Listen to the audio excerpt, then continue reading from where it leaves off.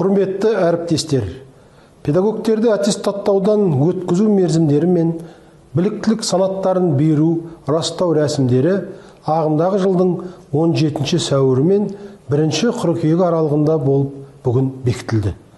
Осылайша, аттестаттау қағидалары мен шарттарына енген өзгерістерге сәйкес, педагогтердің білімін бағалау, яғни тестілеу жүргізу ағымдағы жылдың 18 сәуірі мен 13 мамыр аралығында өтетін болады.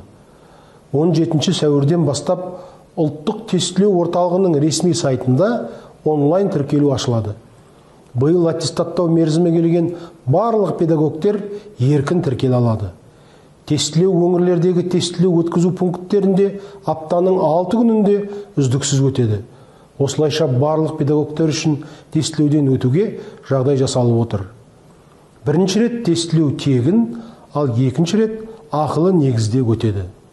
Су тасқыны салдарынан табиғи сипаттағы төтенше жағдай режимі енгізілген өңірлердің педагогтері үшін тестілеу мерзімі тамыз айына ауыстырылды. Ал тұрғын үйінен айырылған педагогтердің аттестаттау кезеңі бір күнтізбелік жылға шегерілді.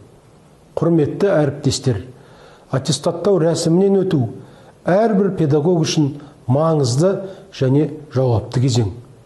Осы орайда академиялық адалдық принциптерін сақтауға, тестілеу барысында заң бұзушылықтарға, жемқорлық әрекеттеріне жол бермеуге шақырамыз.